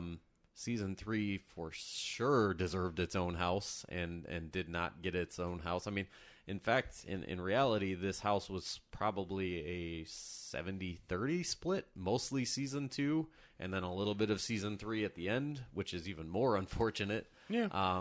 It just felt like 10 pounds of shit in a 5-pound bag, unfortunately. Yeah, I will say the couple things I really liked about this house. I thought the upside down in this house was actually better than last year's. I actually felt like it was more what I actually imagine it to feel like when I'm watching the show and seeing what it actually looks like. You're talking like the tunnel scene, yeah, with Hopper, yeah, was really good. And just the idea of like seeing like the little like flakes of snow flying around you. That was a bit more immersive. You did feel a little bit more in the situation than last year. And it just in terms of the way it was set up and how your mind would read it going through the actual part of the house, I felt like it was just better done than in the first house that they had in last year's event. The other thing that I thought was I don't want to say it's the best scene of the event because I don't necessarily think that's true, but I think it was a big time standout scene. Was the house scene from season 3 where 11 is fighting off the 2 different Demogorgons at the same time. In the cabin. Yeah, in the cabin. That scene was fucking awesome. Yeah. Just going through that scene, the actor playing 11 who's screaming and like holding your hands out as you're seeing the 2 different Demogorgons coming from either side of a lot of strobe lights going on. Which also, by the way, fantastic. The other night when you sent me the screen grab of the house being delayed. Yeah, it was closed the one night. That scene in particular, because of the strobe lights, apparently somebody had a stroke in there. Oh my God, it was really? A very intense, very strobe room to go through. Yeah. And that was one of the things that I took away coming out of the house. I was like, Jesus, that one in the cabin is intense. Like there's a lot going on in there, and apparently it's a little too much for some people. Well, I mean you got to kind of know that going in though. If you're, I mean, having a stroke though is not necessarily like having a seizure would maybe come from that, but like someone just having a stroke. Sorry, isn't necessarily. Did I say stroke? It was seizure. Oh, okay. Sorry, I did not mean to say stroke. Oh, okay. Well, but they fucking had it coming. Not trying to discount epilepsy here, but I'm assuming there are epilepsy warnings. Yeah, that's the thing is that would be when you're going into a situation like that. If you are prone to that, but I do know that there is certainly a subsection of people who are undiagnosed, undiagnosed and unaware. But it just speaks to how intense that room was. Diagnosed, undiagnosed. That's terrible for someone who has a seizure at a theme park, man. It's awful. I just mean that the house was so effective. Son of a bitch. But the final scene of the house, which really ultimately saved everything, any negative thoughts you may have had about the house, they really truly are bailed out at the end when you do walk through the Starcourt Mall and the Mind Flayer is there in all of its full glory. And much like Clownzilla in Killer Clowns, it is enormous and it is in motion and you have to walk under it to get through it. Yeah. And it's really well done. It was awesome. I mean, that was one of the very important scenes of that season that they had to hit, and they did a really nice job with it. Starcourt Mall was not really other than in that one scene, and it was really just the Scoops Ahoy store that you could see. So it was kind of meh. They tried to sort of spread Stranger Things out a little bit over the event as a whole. Like they tried to have food offerings throughout the park that were supposed to be from the food court in the mall, and it was just kind of a miss. Like they had something at the hotel we were staying at, and that was a big pile of you could go upstairs in the second floor of the hotel, and there were like pop-up characters in the Upside Down, and it was spooky. We didn't. To be fair, we didn't go see them, but it didn't. Didn't need to. No, I don't know. It just felt like it was one of their major marketing tools, rightfully so, It made them a lot of money last year. It made them a lot of money this year. Hey, and today it was announced that Stranger Things going to be on television for the rest of time, so that's good. Yeah. Films coming, more seasons coming. Wait, really? I didn't read it. Yeah. Oh, it was a big thing. I know people were talking about it, but I didn't. It's a So, multi- shit. Seriously? Yeah. No, I mean, I'm not surprised. It but was pretty much just like an open-ended renewal, which I thought the last thing I had heard was that they were going to basically do a final season. God, that would be fantastic. Not to be. Yeah. And you know what? That actually gets to something I wanted to mention. One of the interesting things that it's been something to watch over the last 5 years or more, actually more with Halloween Horror Nights. It's interesting to see the way they bring properties back because they really learned their lesson.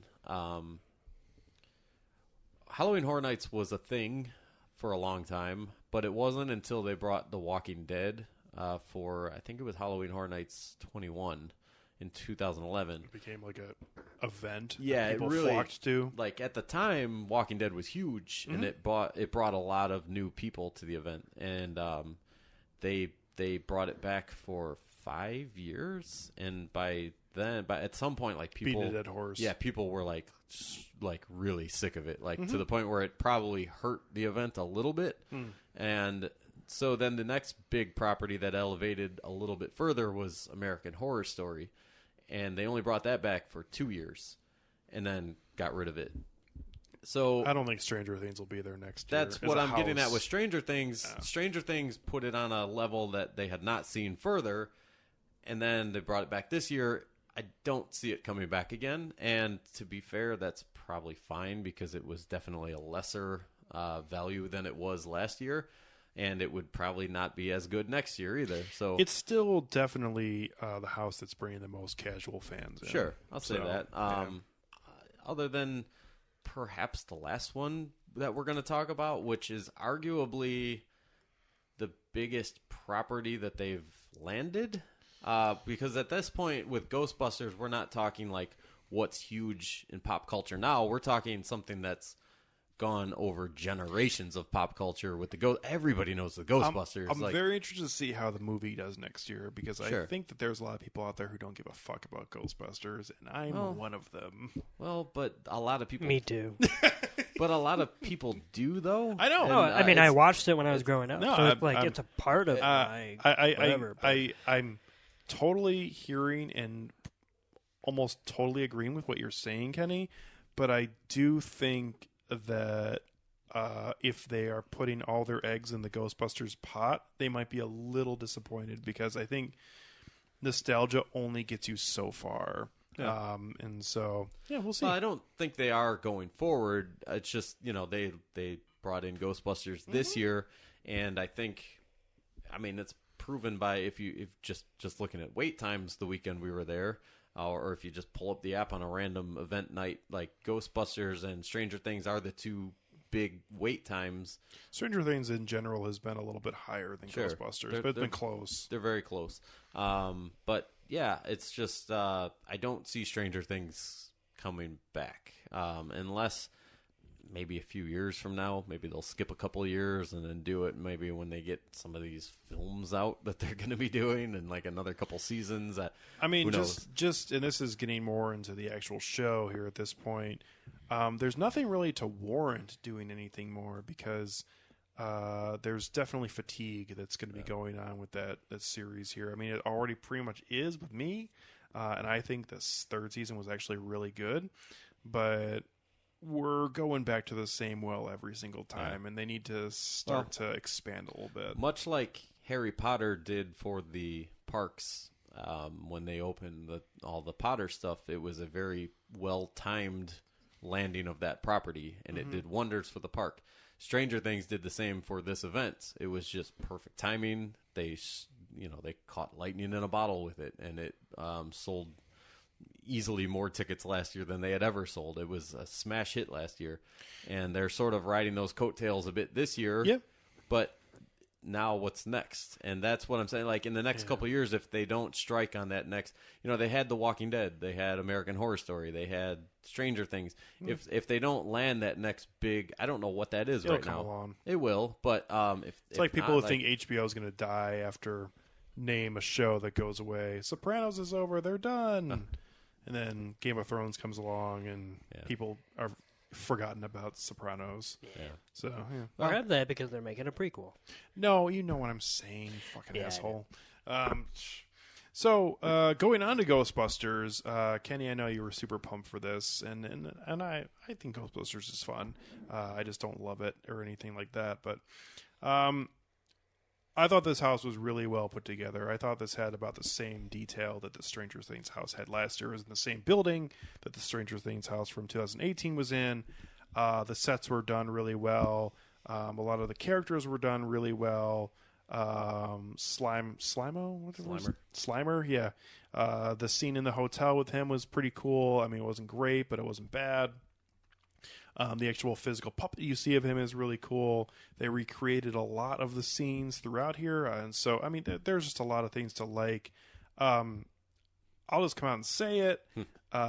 Like the no doubt has to be good part of the event for me going in about any house of the entire event was that the Stay Puft Marshmallow Man had to be great in the Ghostbusters house, and it was a big fucking disappointment. And that's it's one of those things where you can't have a do-over on it. You just fucked it up, and they gotta own that for the rest of time. Is it too little, or no? It was just the head. The size was fine. It was so they just couldn't really do it. It was static. Or they didn't do it. It was stationary, and it basically was a projection of its face on a stationary object. And in an event where you have Clownzilla and the Mind Flayer full motion, full size. Yeah.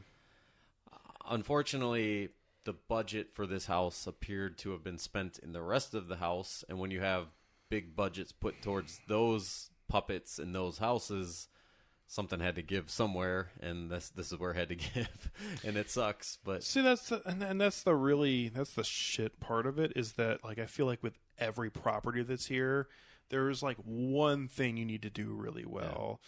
And they had to do the Marshmallow Man really well, and they just totally failed. The rest of the house looked incredible. And that's the thing. And when I was so angry after the first time going through because I was just disappointed with the Marshmallow Man.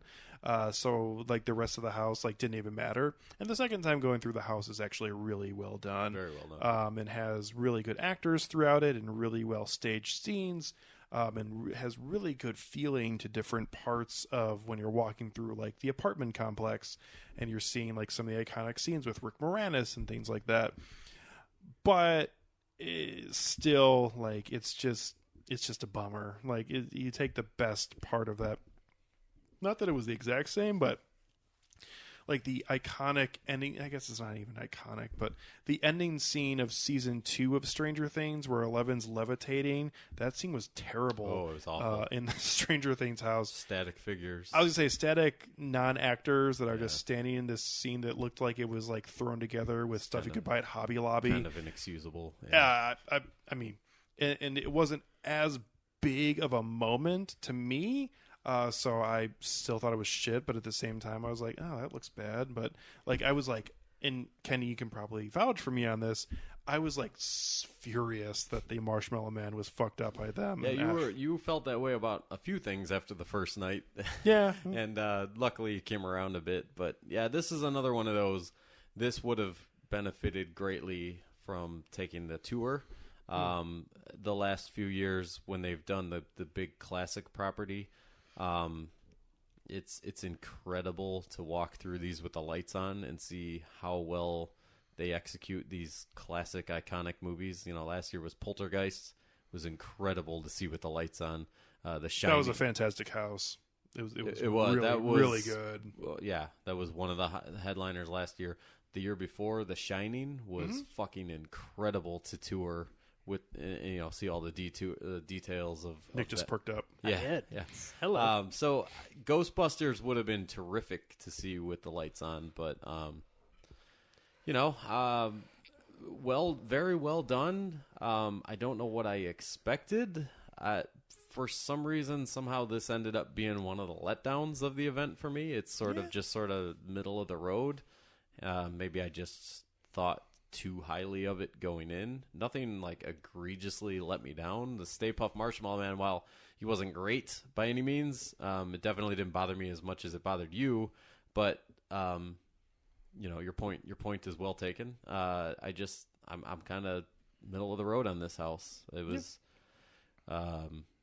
As far as merchandise goes, Ghostbusters was fantastic. I've got the Ghostbusters Blinky Cup. We both do. I bought a Ghostbuster lanyard. I buy a lanyard every year. I bought Ghostbusters mug. Is one of my favorite mugs I've ever purchased. Speaking of, we're talking about merchandise, and I've got to put Universal on blast for something because they have 4 different Blinky Cups this year, and they only had released 2 of them at the beginning of the event. And they're releasing, one.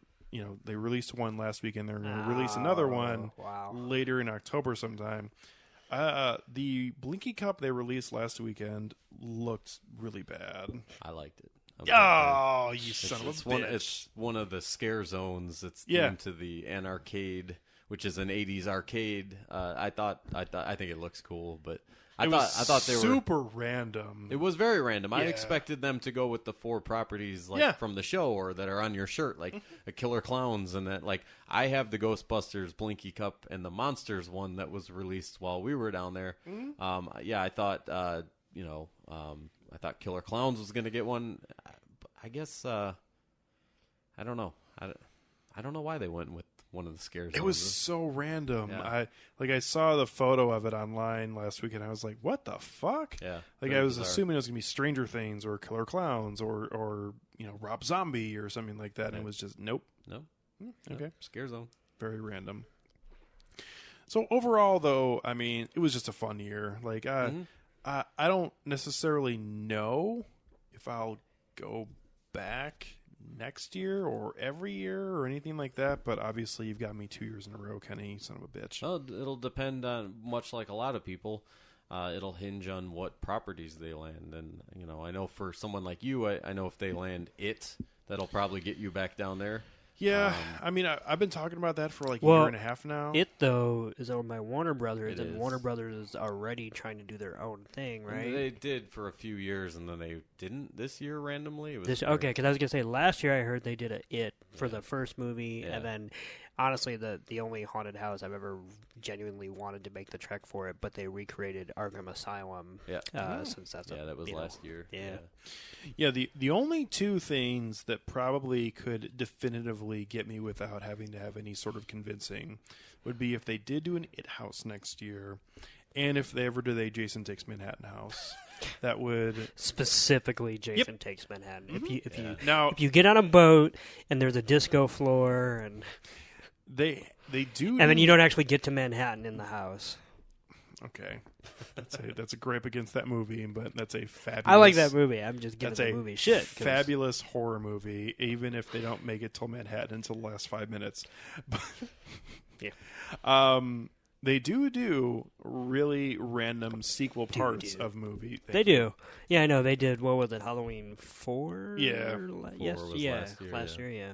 Which was a big thing, because even I heard about it, and I was like, oh. The first year I went, they had Freddy vs. Jason. It was actually was my first Halloween Horror Nights house I ever went through. I know that's probably, if that had come through in recent years, would have gotten you down there. Probably. I love Freddy vs. Jason. It's a great movie. That is super campy. Yeah. It landed at the perfect time where everybody was cool with whatever, so you could do racism jokes, and you could do sexism jokes, and you could do homophobia jokes. Are you saying you miss those days? Not Pines quite. for the good old days. But it's definitely a time capsule. A few years ago, they had a... God damn it, Nick. They had an Ash vs. Evil Dead house, for God's sake, a few years ago. Wouldn't have gotten me, but I know lots of people love that show. Nick's a fan of that show, and I was...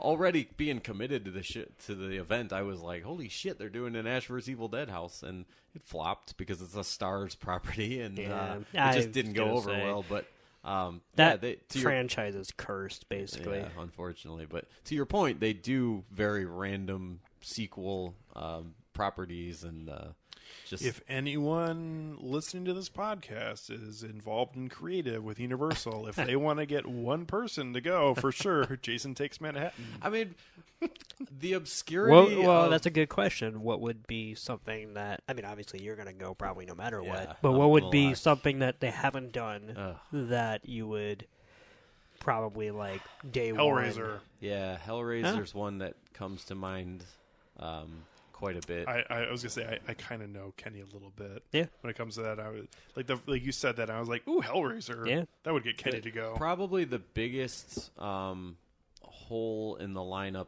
that they've not had. Scream hasn't made an appearance yet. And as a matter of fact, Scream was lined up and developed as a house the first year I went, and super late in the process got canceled, and it was replaced with Purge, which at the time it was the first time Purge had made an appearance. But it was really weird. You walk through the house, like the first scene was... It looked like the Scream set. It was the kitchen. There was a Jiffy Pop. Okay. It was very... You walked through the garage and saw the girl in the garage door, and it was just... they had to replace it with a Purge, but it was Scream. That's fucked up. And ever since then, Scream's one of my favorite franchises, and that's been just a glaring... That's kind of... You were mentioning this to me when we had just finished going through Depths of Fear, and I was like, dude, that was Alien. And you're like, well, they've been trying to get Alien for many years, and you're like, I honestly think that these are some of the ideas they had, and they just were like, whatever, it's not going to ever work out. It's so one of let's those just things do a where house.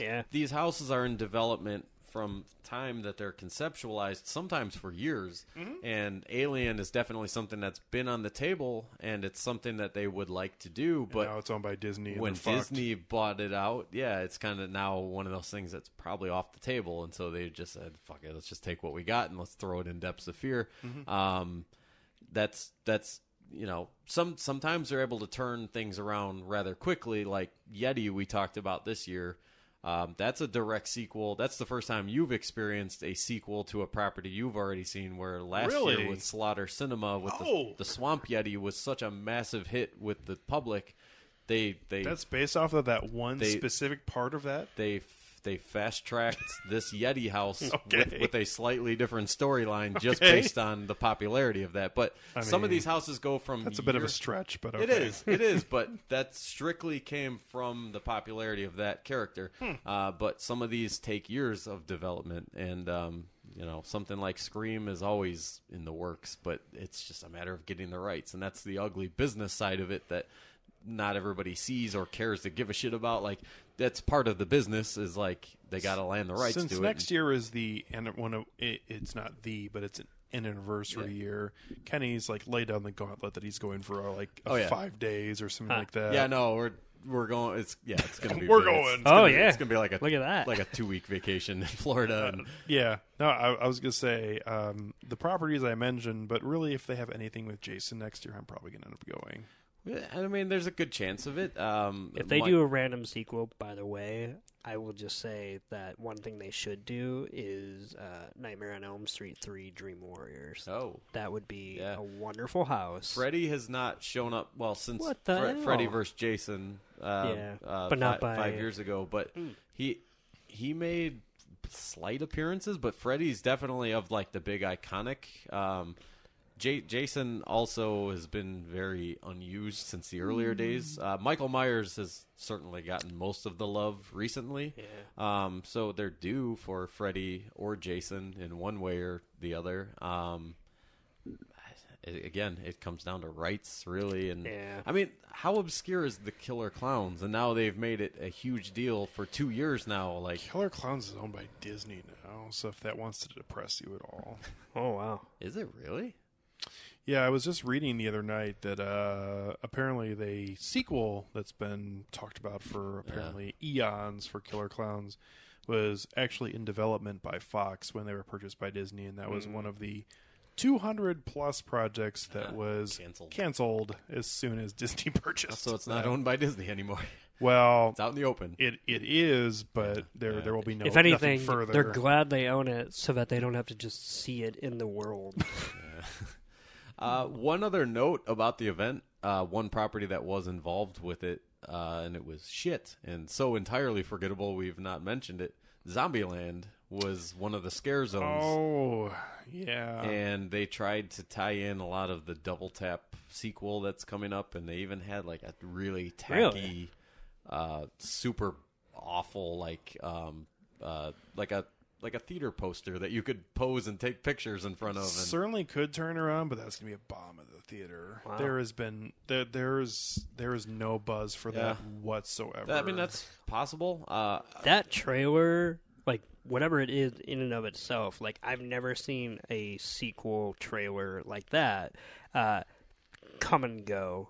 Like, I don't know. Like, I remember people saying, like, oh, the Zombieland trailer just dropped. Like, the moment it dropped, but I don't know a single person who actually, like, carried the torch of, like, now they've seen the trailer, now they want the movie. That's coming out in like 2 weeks. And it didn't look like awful, so to speak, like, at least in my opinion. Yeah. Like, it did not look like something that I would go see if it wasn't called Zombieland 2. But it didn't look like it was the worst idea ever, but, like, man, did it look like... Is this a sequel you would make, like, a year after the first movie came out, but just 10 years too late? That's... Anyway. Yeah, the Scare Zone area, they just had, like, random people dressed as zombies walking around, and they had, like, the Hummer there, and they had the one roller coaster attraction, and that was it. It was a real letdown. And that's one of my favorite movies. Like, I was really excited about it, but not to be. It was not a good scare zone. The Rob Zombie Hellbilly Deluxe scare zone, on the other hand, that's a winner. It was really random too, based off of an album. I mean, and they nailed it. It was pretty good. All the music videos that came from that album, like, they had all the shit in the scare zone that you would want to see. It had the music, it had all of the visuals. Yeah. I mean, it was really well done. The Dragula was there. You could take a picture in it. We did. Incredible. We did. I don't remember. I don't remember it either. We were both naked, but we did it. The photographic evidence is there. Like, I was gonna say, we don't even have it. One of your friends has it, but that's okay. I got it. Do you really? Yeah, I got it. Send it to me. I'll send it. Thank you. For how much? This fucking asshole. Yeah. No, fun event. Yeah. I'm glad. Definitely a good time. I am happy that we went. I was super tired for a couple days afterwards. We walked 19 miles on that Saturday. We figured out. So, yeah, it was a long day, but definitely a good time. And fun movies this year that were involved there. And something that Universal has done both years I've been there, but definitely some properties that you wouldn't necessarily expect, like Halloween 4 and Trick or Treat last year. Oh, Trick or Treat. I love that house. That house wasn't that great. I miss it. I just miss Sam at the event. Just that character. But you have that. You have Killer Clowns this year. You have House of a Thousand Corpses. Like, it's not just the staple, regular, run-of-the-mill, like, Universal Monsters everywhere. And even though you love that, like, it's not just like, we have Frankenstein, come see him. Like, they find some stuff that is, like, honestly, like, hitting the core of what horror is for a lot of people and putting it at their event. So, what was good your least favorite house? Us. Same here. Yeah. It was not good. It's in the basement. Yeah. And then Killer Clowns was your number one? Killer Clowns was my number one. It was very, very good. It was Killer Clowns and House of a Thousand Corpses were the top. What was your of my biggest list. surprise of the event? Was it was it corpses? Probably Killer Clowns, just for how good it actually was. House of a Thousand Corpses I thought could be a good haunted house. And I was not super surprised that it ended up being one of my favorites. But in terms of how much I really liked Killer Clowns, where I separated from you and the other people we were hanging out with to make sure I went through the Killer Clowns house one more time the last night we were there. Like, that's how much I loved that house. Again, we watched the movie together a month ago or so, and I thought the movie was just extraordinarily not great. And the house, I want to watch it again. You should. We should. Yeah. You know what? That was the one question I was going to ask you, was like a house like Killer Clowns or whatever. if it's a good house, did it make you want to watch the movie again? That one actually does. Okay, because like in my opinion, without having gone yet, like that would be, I would think, the true mark of a good house. I don't ever need to watch House of a Thousand Corpses again. That's fair. See, this house made me. I like that movie more than you. Which one? Corpses, but Yeah. my love of that house made me want to watch it again. Oh. Also, with 3 from Hell coming out, like I would just like Yeah, to I mean, watch we're in the Corpses season, so to speak. and Devil's Rejects. I would like to watch them again before seeing 3 from Hell, But for someone like yourself, Alex, who was not a fan, so to speak, of Killer Clowns, you came out of that, I think, maybe at least wanting to try it one more time. He's a fan now. Sure. Yeah, okay. Let's watch it tonight. Those, I mean, I would. Yeah. those Okay. two. Done. Okay. Sold. Look at that. Look at that. Look what you've done. Those two God were damn it, Kenny. the 2 big surprises for me.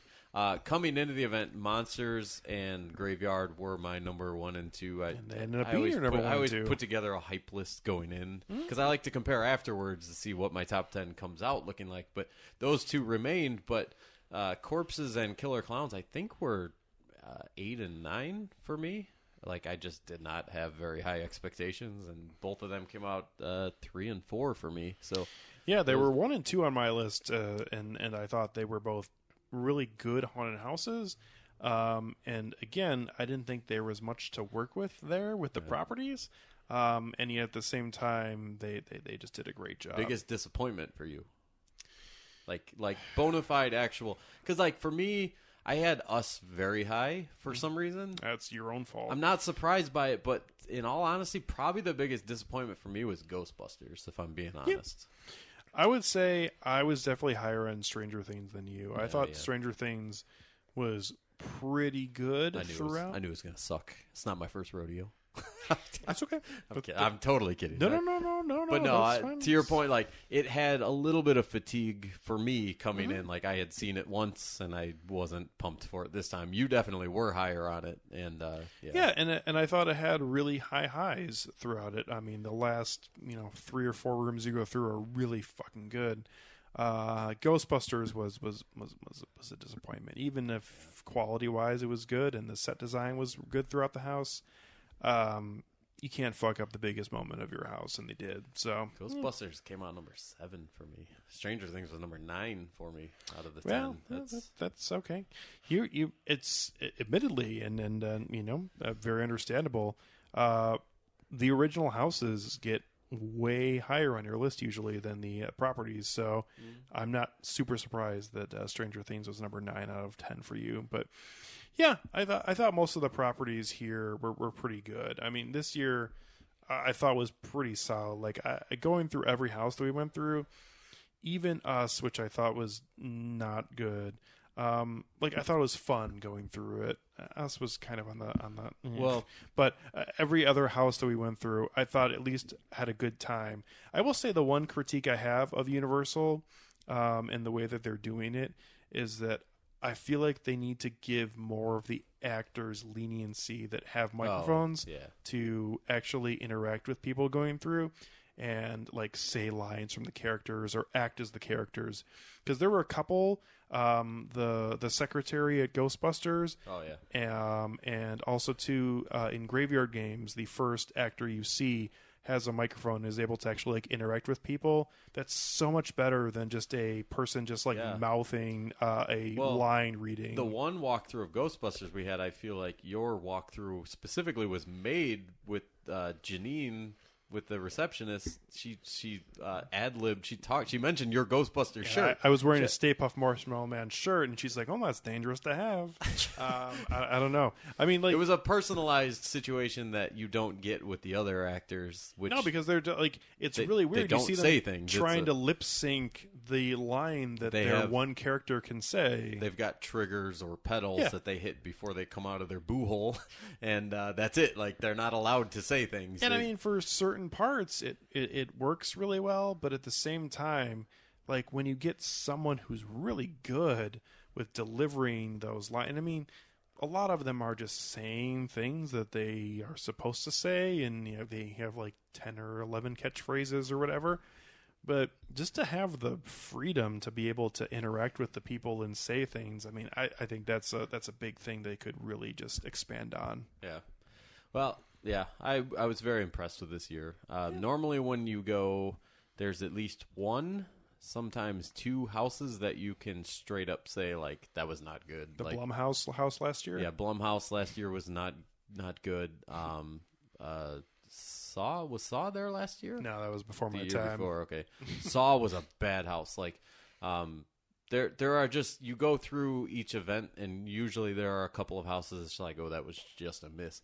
There weren't any of those this year. Like, us, while not what we consider good, like, it was the one that was on the cusp. Yeah, it was on the cusp, but like, you couldn't go through it and say, like, oh yeah, this is just bad. Like, it was just okay, you know. And if that's the worst you could say of your 10 offerings, that's pretty good. Well, and to go with all the other things we talked about, the shows. I mean, there's a lot here that brings in the properties that were here and the different films that were and television shows that were brought in.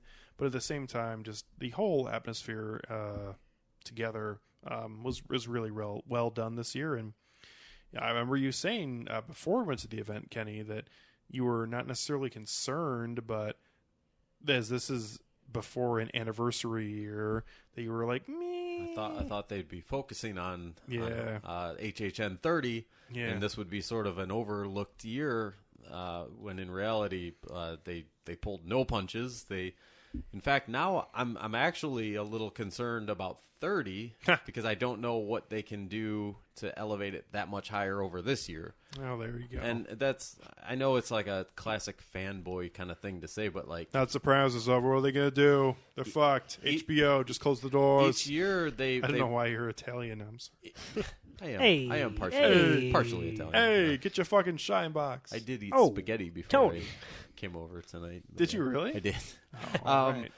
Each year, the event is very good, and it's always one of those things where it's like, how are they going to top this next year? And they kind of manage to every year. Mm-hmm. It's a progressively better event, it seems, each year. 5 years for me is a smaller sampling.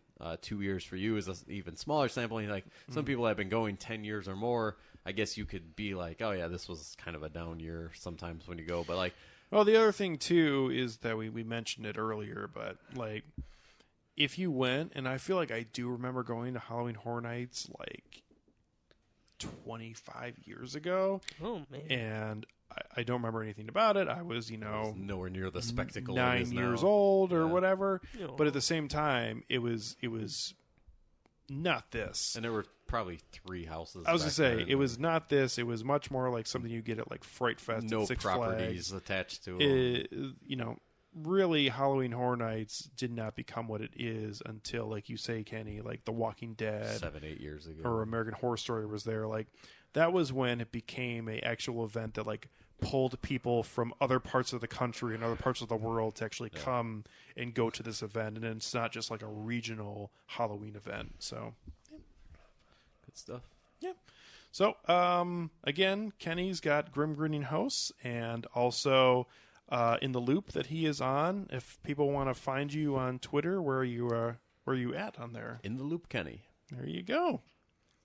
I'm always down to talk theme parks or Halloween or he is. Halloween I Horror can Nights. confirm that. NASCAR, if you want to talk NASCAR. Oh boy, I'll discuss NASCAR. You're hitting a really small subset of our audience, and beer? by small beer. Subset I mean me. Beer, yep. Lots There of we people go. who listen to our podcast like beer, so very good. So Very yeah. well. Well, as always, Kenny, glad to have you back, and good to have you on this episode. Thanks for having me. I'll be fun. back for the next horror movie you discuss. So, Yeah, I was gonna say we're in that October. time of year, so Might be doing something. going to be talking about horror movies probably a couple times throughout October, and we'll see if we do another one of these episodes next year. Probably. So you talk a big game, but we'll see. I ended up going again this year, so we'll see. So again, thanks Kenny, thanks Nick for hanging out and just having a good time. Thanks for having me. I was going to say, definitely. Wait, did you mean Toussaint? Oh, look at this guy who's paying attention. I was going to say, I thought Toussaint was there the whole time. I didn't. Thanks for giving a lot to the early part of the episode. We get to talk about Toussaint's whiteness. And I am not co-signing that either. Again. So from all of us, thank you very much, and we'll catch up with you next time here on Film Tag.